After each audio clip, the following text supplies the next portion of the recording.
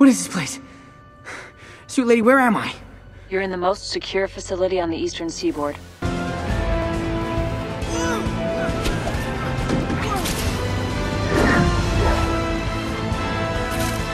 Are you a ghost? No. Are you a zombie? Stop it. Am I a zombie? You're not even close. Are you from another dimension? Like a parallel universe where things are like this universe but different? And you're Spider-Man in that universe, but somehow travel to this universe, but you don't know how? Wow, that was really just a guess? Where is she? Oh, she'll be just fine. Let's talk. To learn the art of the hunt from the greatest hunter of all.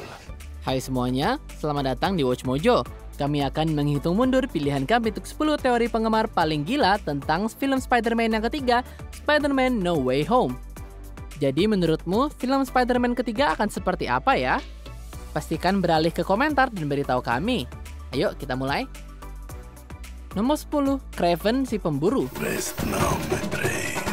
Sailor strength. For when you awake, we begin the hunt. Karakter favorit penggemar, Kraven the Hunter, telah membuat dampak yang cukup besar dalam kehidupan Spider-Man. Pemburu ini selalu mencari mangsa yang sesuai dengan keahliannya. Kraven mengarahkan pandangannya pada Spider-Man sebelum berevolusi menjadi semacam anti-hero. Dalam arc cerita 1987, Kraven Last Hunt, dia secara mengesankan mengalahkan si webslinger kita, hampir babak belur. Sejak film Spider-Man terakhir melihat Peter Parker identitasnya terkuak, mungkin No Way Home akan membuatnya Spider-Man diburu. Spider-Man's real name is... Spider-Man's name is Peter Parker.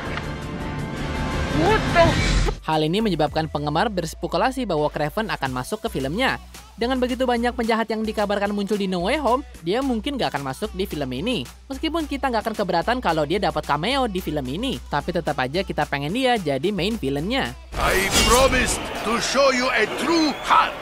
I promised you a victory. And I am a man of my word. And now, the end game. Nomor 9, Prison Peter. Where am I? Municipal Holding Facility. Meskipun kami menyukai petualangan penjelajahan dunia Spider-Man dan sesama pahlawan MCU, ada sesuatu yang bisa dikatakan untuk narasi yang lebih berisi. Kami melihat Raid dan Dread melakukan hal-hal menarik saat membatasi aksi pada satu bangunan saja, dan superhero seperti Batman Assault on Arkham dan Arkham Asylum menunjukkan potensi superhero dikunci dengan penjahatnya. Welcome to the madhouse, Batman! I set a trap and you sprang it gloriously! Now let's get this party started. Jadi mungkin saja No Way Home untuk film ketiga ini merujuk pada Peter Parker yang ditangkap dari penjara setelah identitas dia terkuak.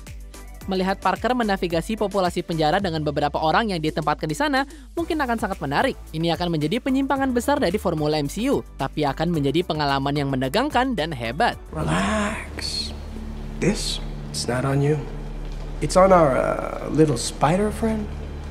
I've got some boys on the outside who would love to meet him. Nomor 8, memasukkan karakter baru. They called it the blip. Those of us who blipped away came back the same age, but our classmates that didn't blip had grown 5 years older. Ketika film menetapkan bahwa setengah dari semua kehidupan di alam semesta hilang selama 5 tahun, itu memperumit banyak hal. Kedepan, semua properti MCU yang beragam perlu mempertimbangkan hal ini.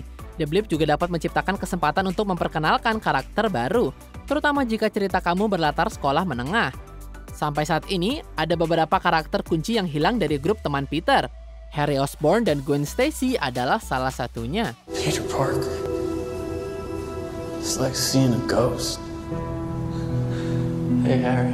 Meskipun kami sudah memiliki MJ dan Ned untuk menemani Peter, jeda 5 tahun dalam timeline dapat digunakan untuk memperkenalkan karakter-karakter ini. Mungkin Gwen dan Harry adalah siswa yang lebih muda sebelumnya, tapi sekarang mereka akan berada di kelas yang sama untuk berteman dengan Peter. It's complicated. Complicated, yeah. I mean, it's Peter. Everything's always complicated with Peter. Yeah. Nomor 7, No Way Home berlatar di luar angkasa. If anything, it's kind of your fault that I'm here. What did you just say? I take that back. And now I'm here in space. Yeah. Peter Parker telah lama disebut sebagai friendly neighborhood Spider-Man. Dan dalam film solo pertamanya, dia pada kenyataannya memang menjaga kotanya sendiri. Namun dalam Avengers Infinity War, Spider-Man dibawa ke luar angkasa. Dengan semua umat manusia menyadari identitas sejati Parker, dapatkah No Way Home melihat dia kembali ke luar angkasa, semua hal dipertimbangkan, dia benar-benar menahan diri mengingat Infinity War adalah pertama kalinya dia keluar angkasa. Magic! More magic! Magic with a kick! Dan kita tahu bahwa Nick Fury dan Skrulls melakukan beberapa pekerjaan di luar bumi. Begitu juga apakah terlalu mengada-ngada untuk mempertimbangkan bahwa mereka mungkin menawarkan pahlawan pekerjaan ekstra planet untuk melarikan diri dari masalah duniawinya, MJ dan Ned pasti akan absen. Mr. Fury, this all seems like big time. You know, huge superhero kind of stuff. And, I mean, I'm just a friendly neighborhood Spider-Man, sir. Bitch, please, you've been to space. Nomor 6. Talos menyelamatkan hari. Just so I'm clear, you were Solar and the S.H.I.E.L.D. agent? Killer. Tied my boss up, stole his identity. I borrowed his likeness. Berbicara tentang Skrulls, kami merasa mereka sedang dipersiapkan untuk memainkan peran utama di masa depan. Bagaimana itu terjadi adalah pertanyaan besar di benak para penggemar. Sebelum acara crossover besar berikutnya, mereka mungkin membantu Peter keluar dari masalahnya. Talos, pemimpin Skrull, telah ditampilkan untuk menggantikan Nick Fury. You gotta tell him. It was fine. Harusnya sih dia bisa menggunakan kemampuan mengubah bentuk untuk membantu Peter membersihkan namanya. Tampaknya aneh bahwa mereka akan mengungkapkan identitas Peter hanya untuk mengembalikan alur cerita itu sendiri. Tapi sekali lagi, cerita Spider-Man jauh lebih mudah diceritakan dengan identitas rahasianya yang tersembunyi. Jika Talos berperan sebagai Webhead, Parker bisa membersihkan namanya. There you have it, folks. Conclusive proof that Spider-Man was responsible for the brutal murder of Mysterio. Nomor 5, ada superhero yang akan menjadi pengacara Spider-Man. But that's not all, folks. Here's the real blockbuster. Brace yourselves, you might want to sit out. Kami nggak yakin bagaimana Spider-Man akan menangani pengungkapan dari J. Jonah Jameson. Bagaimanapun keadaannya, kita tidak bisa membayangkan dia menavigasi situasinya yang sulit tanpa perwakilan hukum yang kuat. Jadi siapa yang lebih baik untuk membela pahlawan muda kita daripada sesama pahlawan New York City, Daredevil? Crime rate's down. I really think that Daredevil may have made the city a safer place. He might have. Ada rumor tentang membawa karakter Netflix MCU ke dalam layar lebar. Ini sepertinya kesempatan yang sempurna untuk memulai dengan Matt Murdock. Tapi juga dengan She-Hulk akan segera memulai debutnya di MCU, ini mungkin menjadi kesempatan untuk memperkenalkan Jennifer Walters juga. Seperti sepupunya Bruce Banner, dia juga punya otak yang cocok dengan ototnya. Dalam komik, dia secara historis mengkhususkan diri dalam masalah manusia super. Peter akan aman baik dia dibantu Murdock atau She-Hulk. Your Honor, we would like a recess.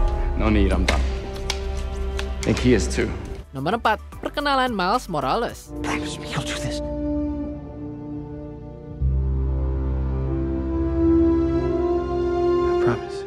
Kami telah melihat banyak karakter warisan mengambil jubah pahlawan ikonik selama bertahun-tahun. Bahkan beberapa orang yang berbeda telah mengenakan celana ketat laba-laba selain Peter.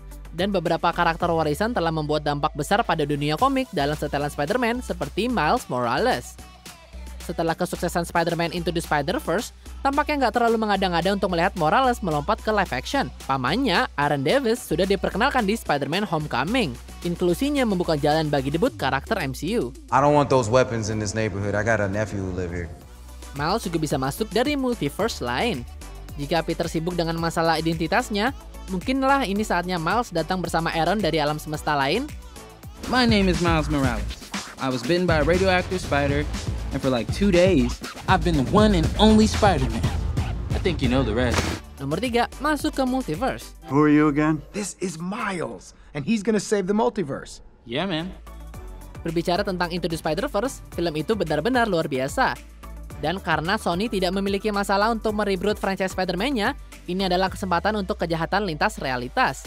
Acara crossover MCU baru-baru ini telah menjadi acara sinematik yang sangat sukses selama beberapa tahun terakhir.